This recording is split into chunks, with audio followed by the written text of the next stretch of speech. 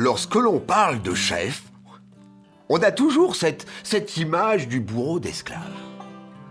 Le tyran, celui qui ordonne.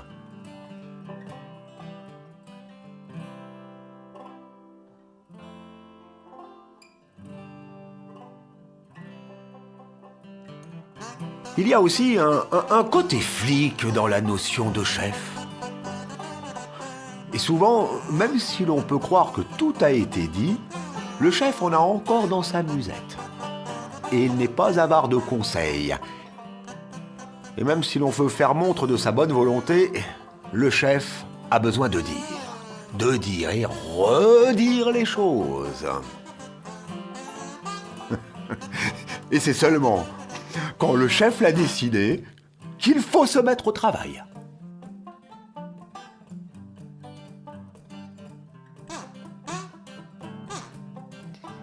Et là, il faut pas rater le coche. Car le chef se chargera de vous le faire rattraper. Non, le chef n'est pas une personne que l'on porte toujours dans son cœur. Sauf si l'on parle cuisine ou musique. Comme chacun d'entre vous a l'air repu et que notre introduction laisse peu de place à la charcuterie et aux légumes, nous allons nous intéresser à la musique et au chef d'orchestre.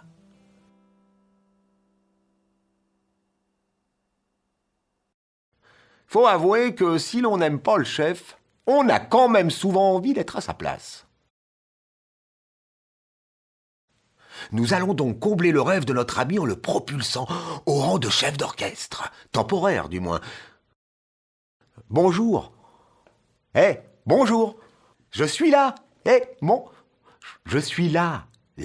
Oui, là, mon chef. Je constate que tu as saisi une baguette de chef. Non, reviens, n'aie pas peur. N'aie pas peur, reviens. Voilà. Est-ce que ça te dirait d'essayer? Oui? Eh ben vas-y, prends-la. Vas-y, prends-la, voilà. C'est bien, hein? Ouais, hein? Ça te plaît? Eh ben alors, et c'est là, mon chef. Non. Non, tu te débrouilles très très bien. Oui, tu te débrouilles très bien. À tel point que je songe à une idée. Ça te dirait de découvrir ce merveilleux métier?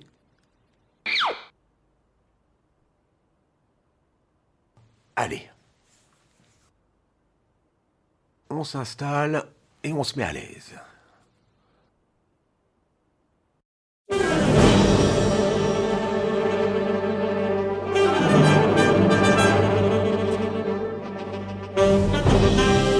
Attention!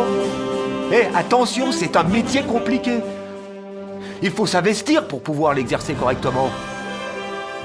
On a trop vu de chefs haillons persuadés de leur grandeur. On en a des récits plein les manuels. Tiens, par exemple, que n'a-t-on vu des chefs pris dans leur passion et persuadés de diriger l'orchestre national dans l'une de ses plus belles interprétations? Les flûtes volantes, les violons aériens, avec la gestuelle d'un danseur pour diriger tout ça. Mais en réalité,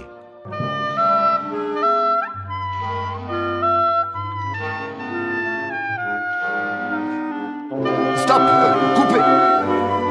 Voilà. C'est en répétition que commence le travail du chef d'orchestre. Et il n'est pas des moindres. Le chef doit être polyvalent. Il doit être diplomate, ferme, encourageant et bien d'autres choses encore. Chez certains amateurs, le chef doit aussi pallier l'absence d'un ou plusieurs musiciens. Comme Arthur est pas là, ça nous aiderait si tu prenais la partie du corps, c'est possible?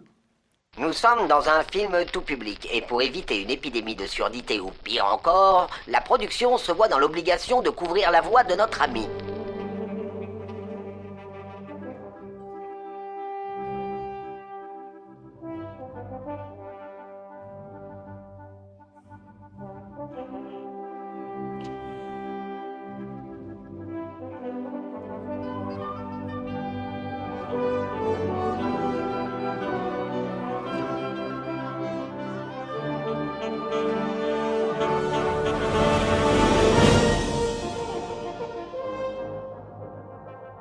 J'ai même déjà vu des chefs pallier l'absence de musiciens. En plein concert.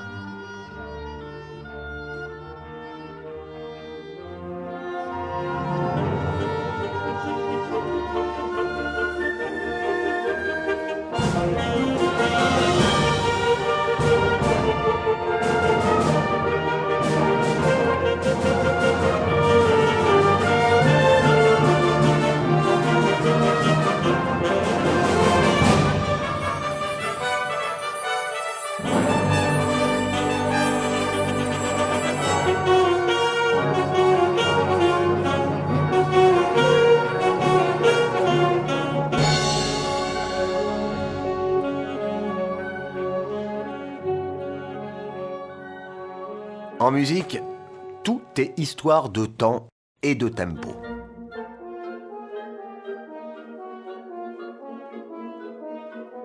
Pas de place pour les retardataires.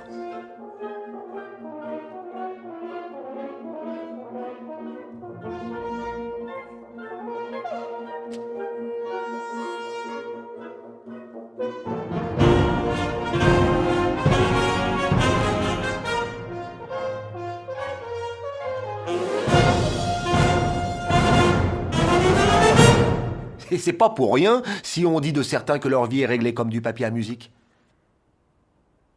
La direction d'orchestre nécessite une concentration de fer.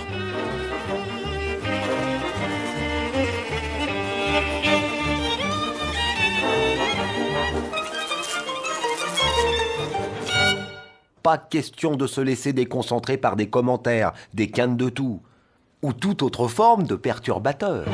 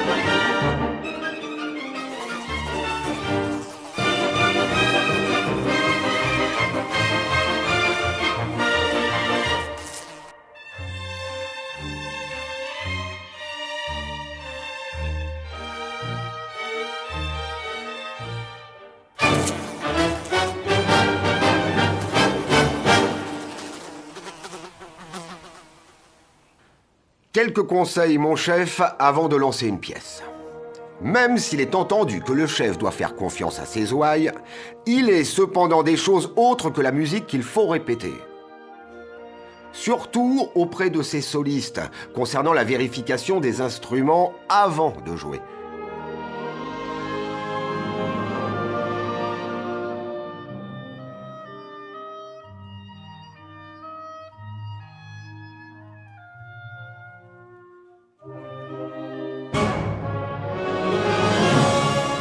Le chef est celui qui donne son interprétation de la pièce qu'il a choisie.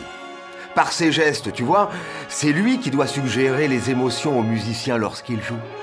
À travers sa direction, les musiciens doivent comprendre tout de suite l'histoire que raconte la pièce.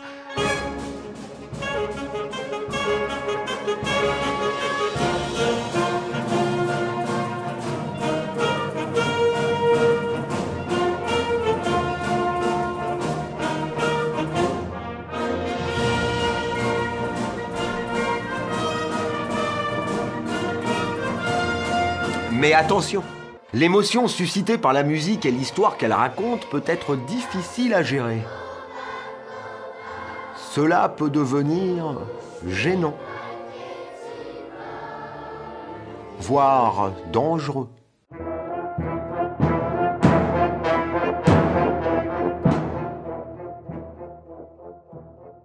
Très dangereux. Très